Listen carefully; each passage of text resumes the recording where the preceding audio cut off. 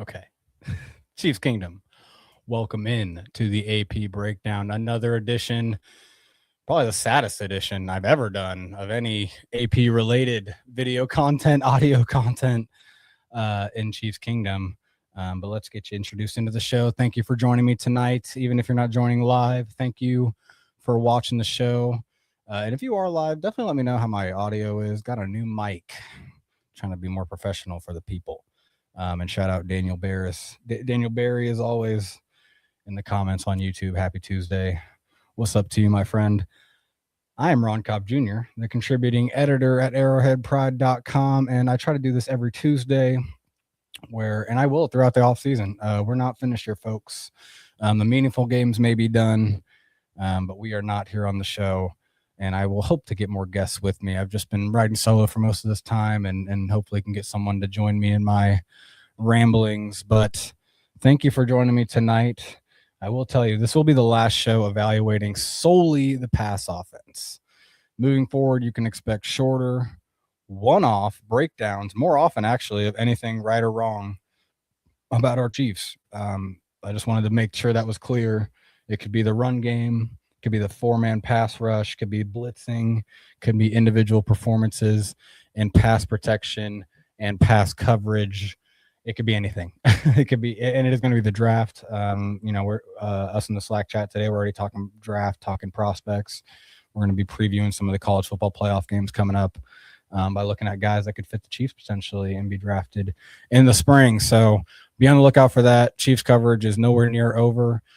And hey, between you and me, no one's listening to this, right? Between you and me, as an analyst, as someone that has gotten a passion to truly cover the team instead of just be a fan, these are the fun times.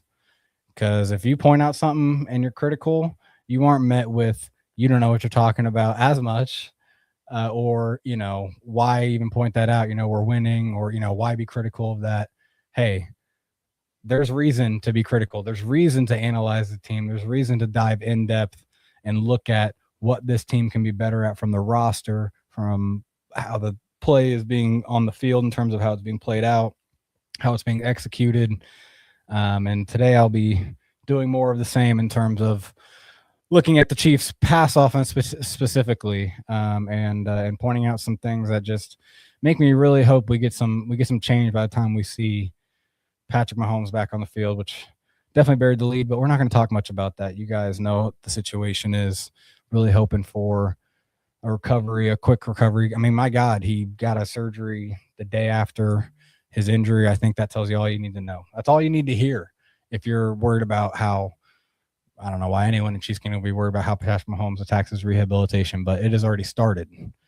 And so shout out Patrick Mahomes for that. But let's get into the Chargers game specifically tonight. That is going to be all I'm covering in terms of the Chiefs pass game from the Chargers game.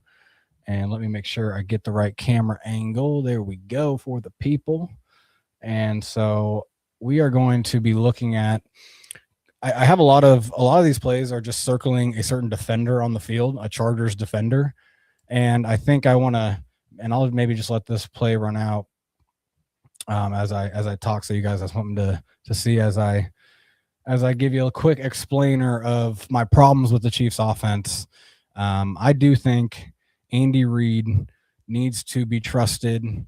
I trust that he still has that innovation gene in him, right? We used to be such an innovative offense. We used to be at the forefront, proactive in terms of, what needs to happen in terms of attacking modern defenses.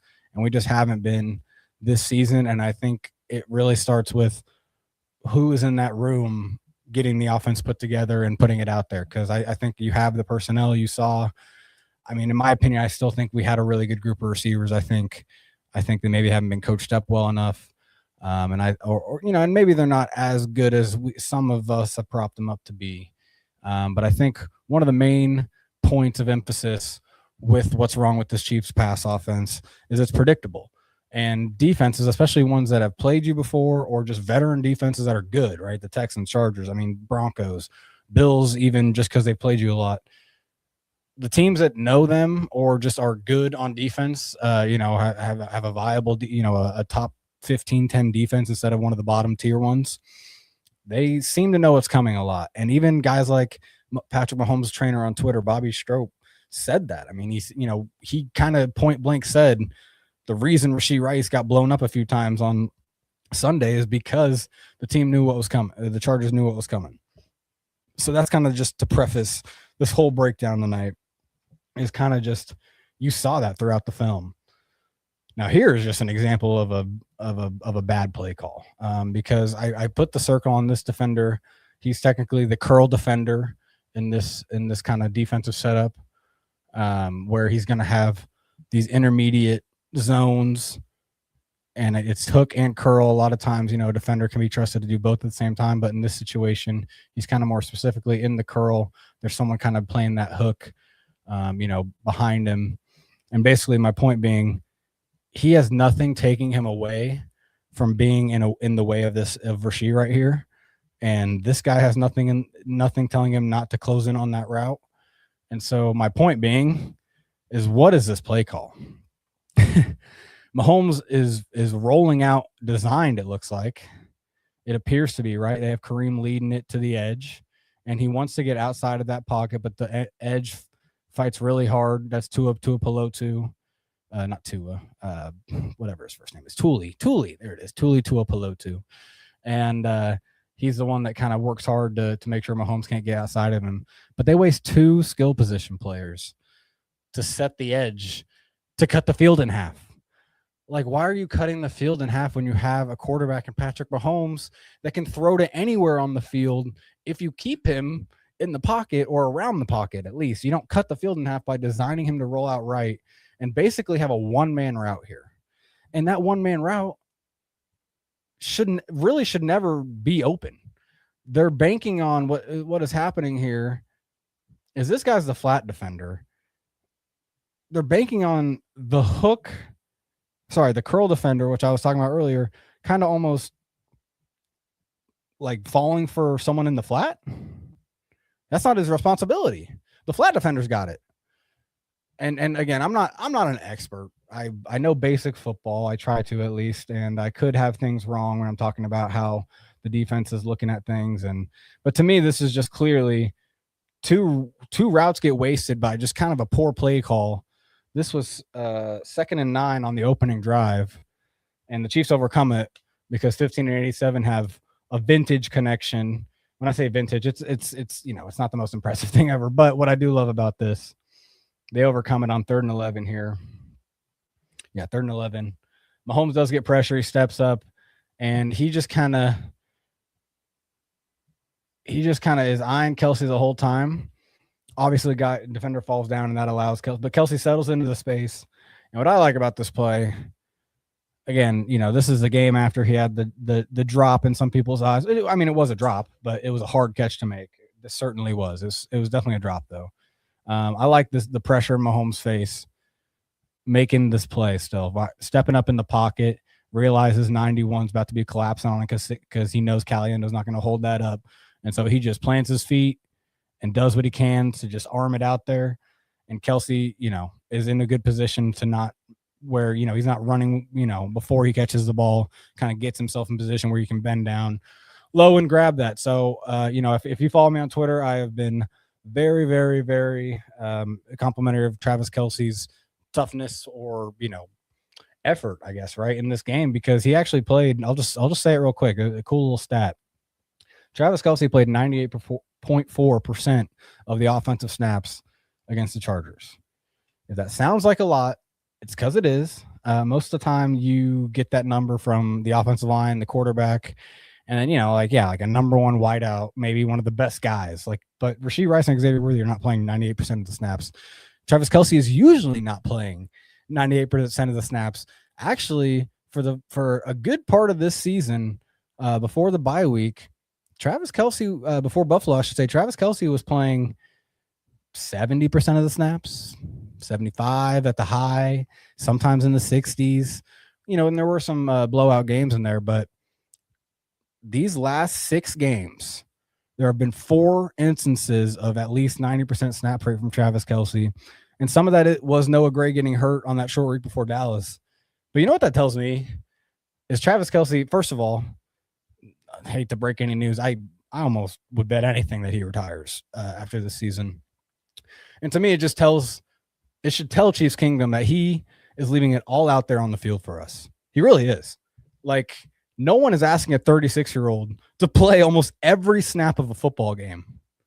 You don't need to do that at the tight end position. Tight end is a position you usually have 3 or 4 guys on the field or on the roster that you can at least, hey, when it's pretty obvious run play or goal line situation, short yardage, at least we can put these guys in that are just going to be bodies, maybe be an even stronger blocker, potentially, when you're talking about just firing out and getting hands on someone than Kelsey in certain situations.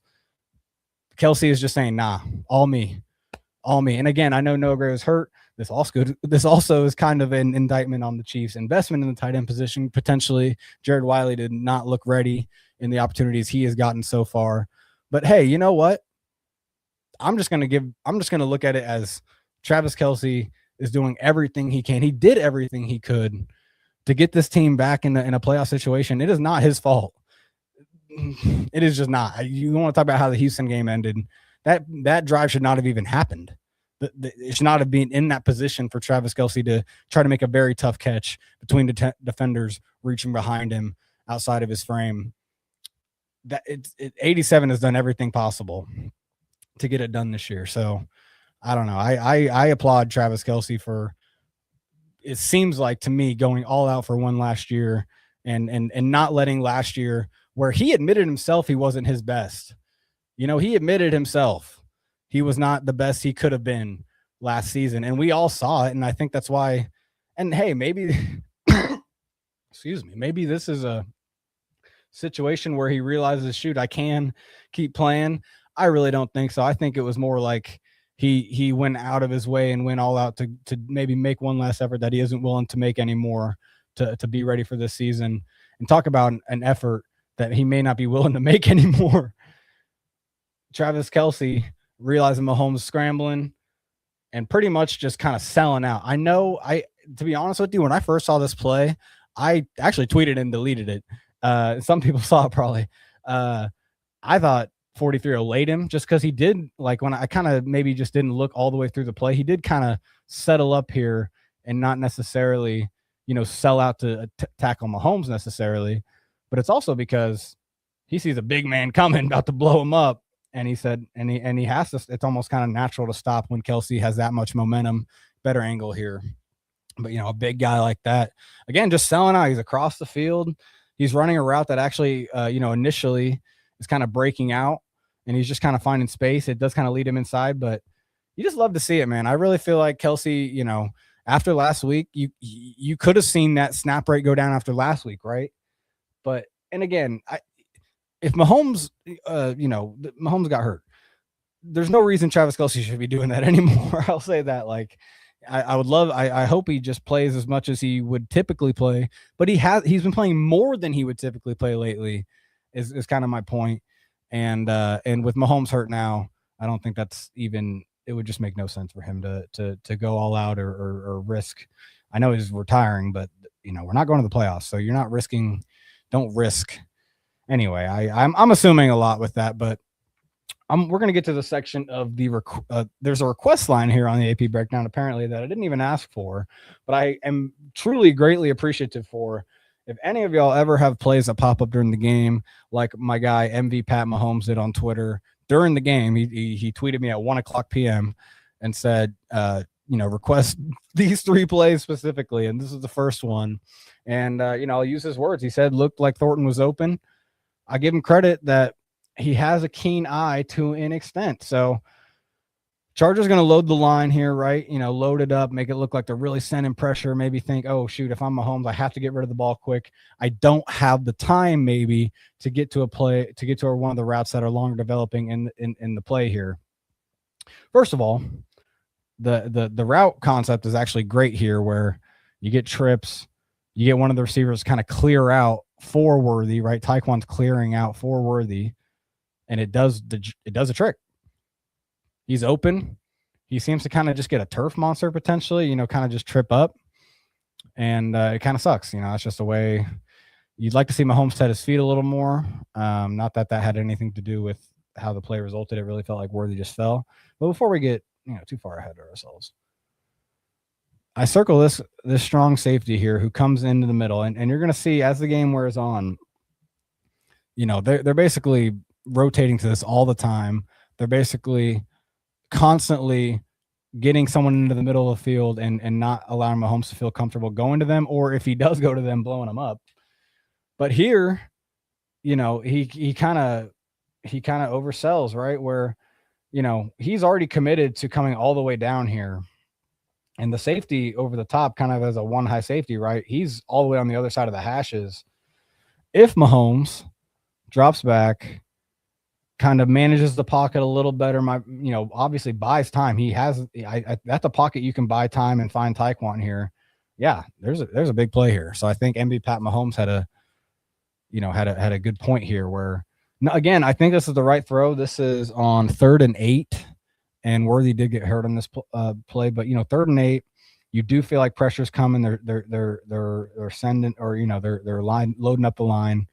As you drop back, you can't necessarily bank on having the time, knowing that, because they could, as you're reading downfield, like you feel like you have the pocket, peripheral, but it might be hard. So anyway, I think first of all, set your feet a little more, Mahomes. There's no reason to be running into this ball. If the ball was inaccurate, that would be something I'd be pointing to and saying, why did he do that? The ball didn't seem to be inaccurate. Again, I think Worthy really just fell down. All that to say, we're heading to this next play. Another request. Again, MB Pat Mahomes, shout you out. This is circling this safety that is kind of banking on doubling Kelsey, and not doubling, but bracket coverage, right? Where this linebacker has the inside leverage to Kelsey. So really, this safety shouldn't really buy too hard inside. Like, he should really have good, strong outside leverage. There's no real reason Travis should be open on this play. It's kind of bad coverage on the guy I circle. Kelsey's open for a touchdown. And Mahomes just kind of loses, again, Kingsley's, and we'll see it from the end zone angle.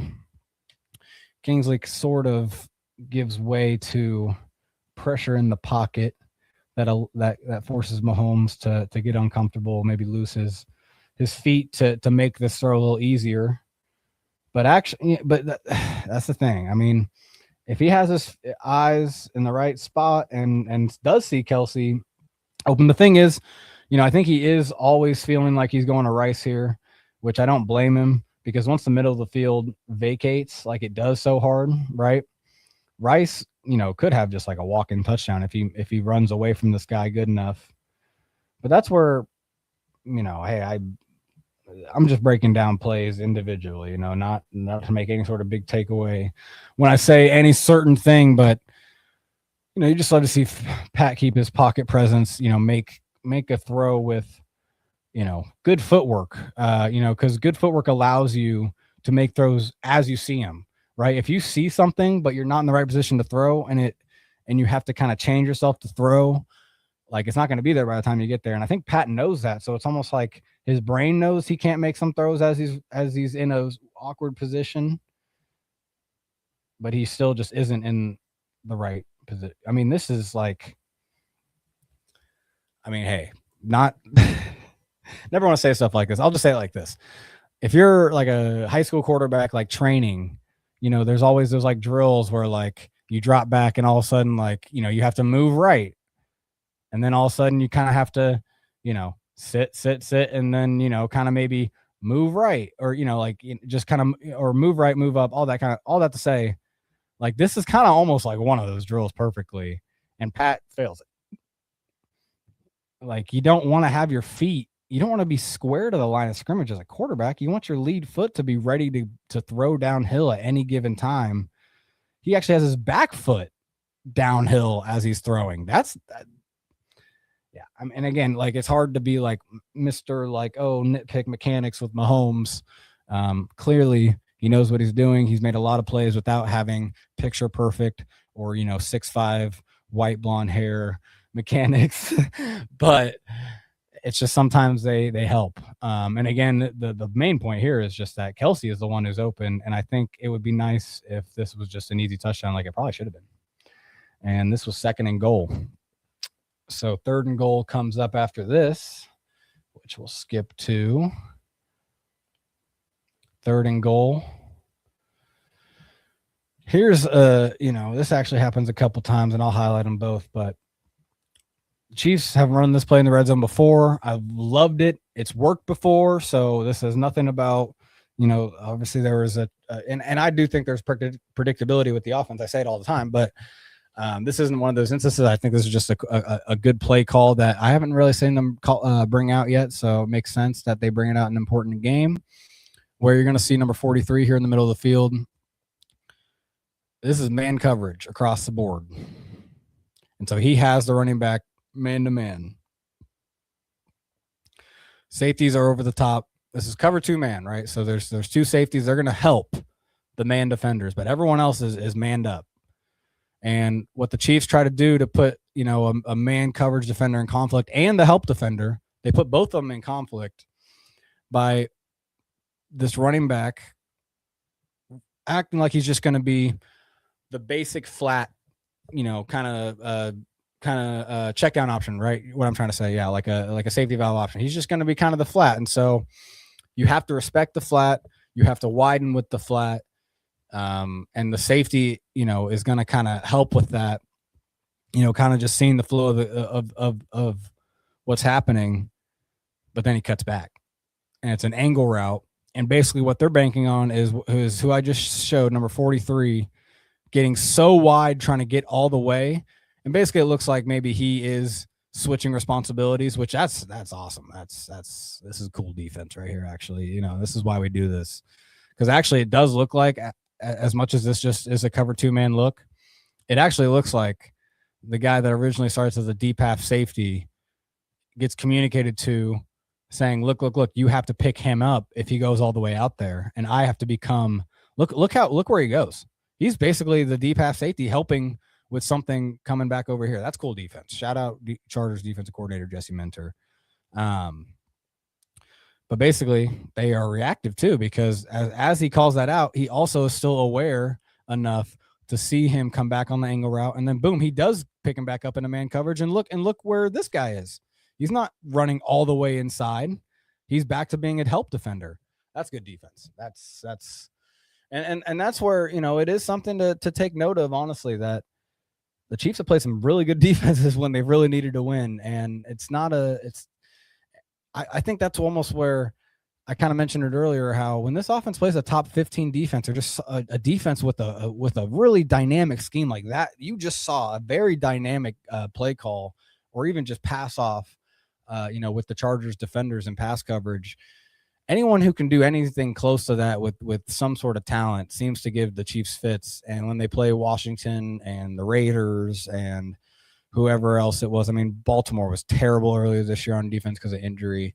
That's when they were able to show some effectiveness as an offense.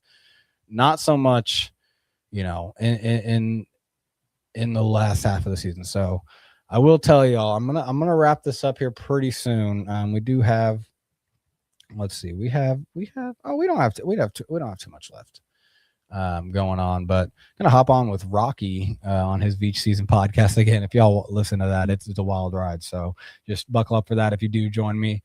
They're getting going here about 7:30, and so I'm going to be going on to their show right after I wrap up here.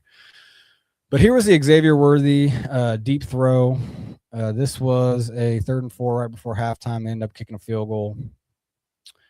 What you're going to get is, again, what did I say earlier? Kind of a too high look, too high structure. Although this guy's coming right, he has the depth, right? They kind of it's not like they're trying to fool anybody. It's just too high kind of start. One guy rolls down, one guy becomes the deep high responsibility.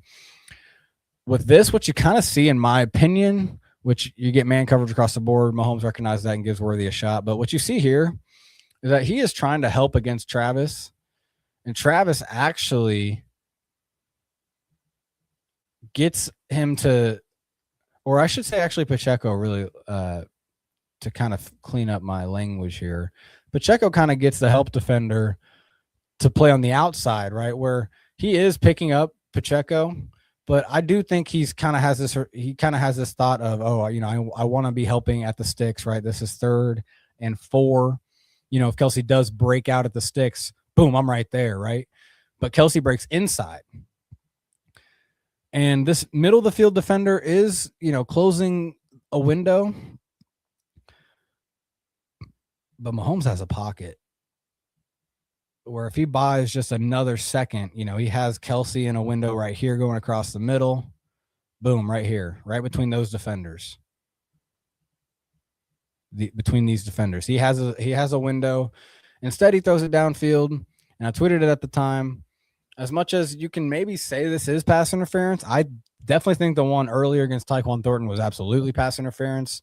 But I think both, there's something true about when you have these small receivers that are not necessarily strong at the catch point or strong through physical coverage, you don't get those calls as much because they literally are not strong enough to make it look like they are being impeded from the ball.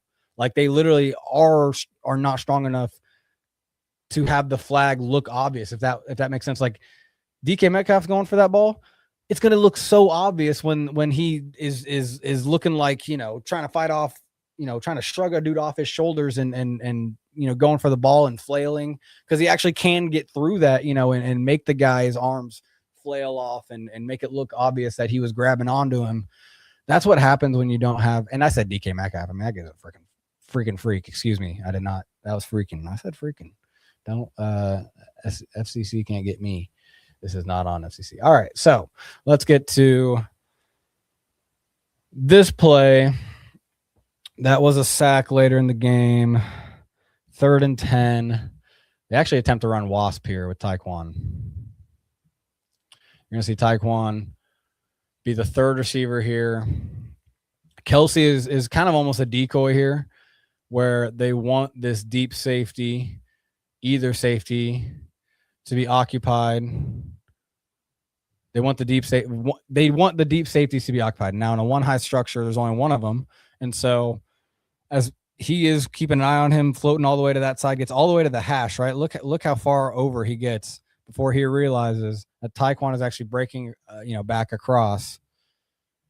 And it's wasp. I mean, this is what Tyreek ran in the Super Bowl against the Niners all those years back when. The problem, and it finally shows up. I mean, you almost forget that we have Chu Godric and Issa Poole playing offensive tackle during this game, because it just wasn't that much of an issue until it was, because Mahomes kind of played like it was still Eric Fisher out there, like and like it was in Super Bowl 54. He just takes his time, starts drifting, as he starts to load up.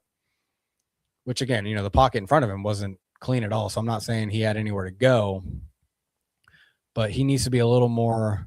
And maybe he just believes that Noah Gray is going to help out more here. Like maybe Noah Gray needs to stay in and help and secure that edge more. Maybe that is a little coaching point, something to throw out there. But anyway, they try to run wasp. It doesn't work because Mahomes gets sacked. Now here is what I was talking about with the play predictability. Chiefs getting a 4-by-1 formation where she's the isolated receiver. And I don't know about y'all, but I'm someone that has said, the Chiefs should run, need to get back to running slants with Rasheed. I mean, maybe this is just a really good play by the safety. But what other route was Rasheed going to run here? As soon as Mahomes looks his way, Tony Jefferson is a heat-seeking missile to the ball because he knows it's going to be a slant. You run a 4-by-1. You're banking on everyone being on the other side of the field, opening up, enough space to that side, for him to catch and run. All it takes is a safety with playing a little anticipation. Like no one should say this is on Mahomes for leaving him out to dry. If that is someone's take, I mean, maybe the ball needs to get there quicker. And that's just like, again, a timing issue. I don't know if I want to blame that on Mahomes. Like, yeah, the ball honestly probably needs to get there here so he can catch and brace for this. The ball is a little late, maybe. But I that's what people are talking about.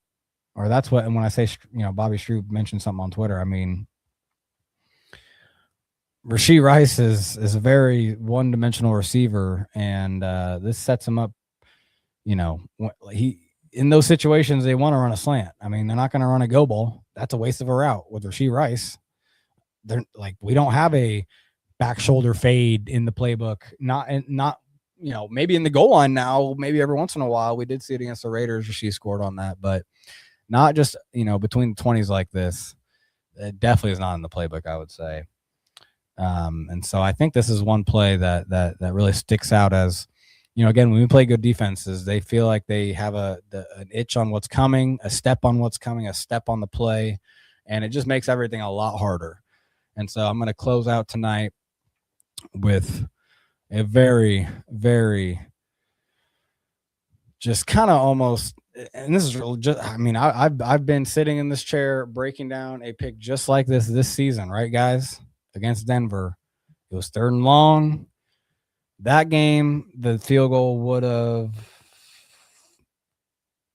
it have tied it? I might have to double check that, because this game it would have tied it too. So it might be the exact same situation. Play gets blown up, right? Pressure gets home. Kingsley kind of gets beat on an island against a very good passer. That's one thing I want to make clear. Kingsley had a few bad reps against Tuli Tuipulotu. That guy's a stud. Kind of an outside linebacker type. On pass downs, they can get creative with him. He plays inside here and just beats Kingsley with the spin. But play gets blown up. It's 3rd and 12 early in the 4th quarter. It's 16-13 is the score. The Chargers are up. Why throw this? Just why? I think I don't need to say much more. It's very similar.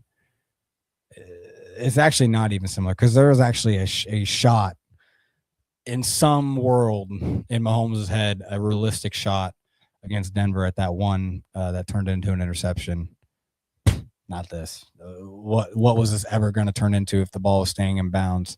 If he was trying to throw it away and for whatever reason it just kind of got hung up or he didn't put enough on it, that is hopefully the reason. Because you don't throw this up to Kareem Hunt against a great linebacker, Diane Henley. He's proven to be a very good linebacker in the NFL. Just not a recipe for success. Not in the fourth quarter. But that's my breakdown tonight. I think the main lesson I want people to take away from what I'm talking about with the offense, the pass offense, specifically, is that something needs to change. I personally, I don't want to speak for any other member of Chiefs Kingdom, but I personally do trust that Andy Reid still has an innovative gene in him. There's innovate. He knows he has to innovate. That's what his whole career has been built off of, is staying ahead of the curve in the NFL, being innovative. I truly believe he has let loyalty mask innovate, or overtake innovation. He's been loyal to guys that he trusts, and I think this year exposed all of the warts that those guys he has trusted on the offensive coaching staff have. And I think it would really be beneficial for this team to have a refresh on the offensive coaching staff specifically.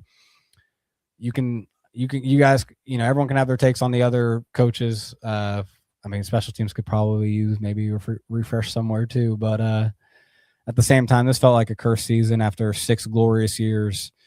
It turned into a nightmare season this last Sunday. But as Chiefs fans, it gives us an opportunity to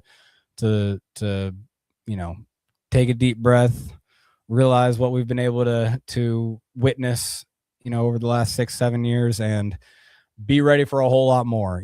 Catch your breath now, because as soon as Mahomes is back on the field, and with this embarrassing of a season, I have a feeling this team's going to be ready to support him and be ready to contend for another Super Bowl this year, or, as soon as possible, I should say. I don't know about 2026, guys. I'm gonna be honest. I think I'm gonna get on the 2027 train. 2026 is about retooling, as Andy said in his Monday press conference. Seeing how the retool goes. Strengthening that. I trust Spags. I like the defensive coaching staff. We might lose some of those guys because they're that good, like a Dave Merritt or Joe Colin. But if we give Spags, some more talent on that defense, or the right guys, safety position, if those guys step up, get some actual effective pass rushers, which, now I'm rambling. This could be, we have a whole offseason to talk about all this, y'all. So thank you for joining again. I am the contributing editor of arrowheadpride.com. My name is Ron Kopp Jr. Make sure you follow me on Twitter. I will always be, active there. The site is fun nowadays. It's super active. We even have notifications now, so you can even see when someone is commenting or, replying to your comment on the site. At some point I might just say screw Twitter and just be an AP commenter, to get out my takes. So, think about that. But until next week, when we have kind of more of a long-term view when we're looking at the games moving forward, appreciate you joining, and I will catch you then. Go Chiefs.